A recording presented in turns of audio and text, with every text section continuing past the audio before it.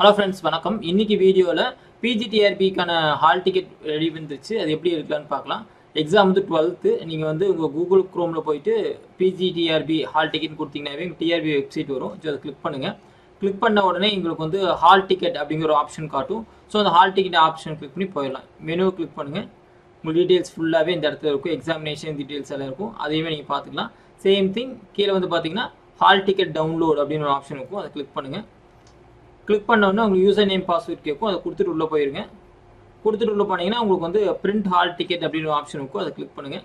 Click பண்ணால் உங்கள் hall ticket வந்து டவுன்லோட் ஆகிரும். இதில் வந்து எக்ஸாம் டேட்டு, எக்ஸாம் சென்டர் இது எல்லாமே இந்த இடத்துல இருக்கும். எக்ஸாம் சென்டர், எக்ஸாம் டேட் எல்லாமே இருக்கும்.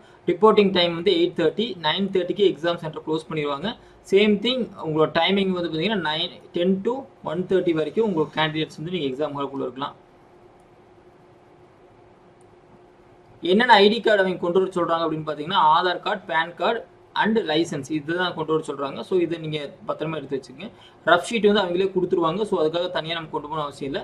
முக்கியமாக பார்க்க வேண்டியது ball point pen, black ball point pen தான் நீங்கள் வந்து யூஸ் பண்ணணும்.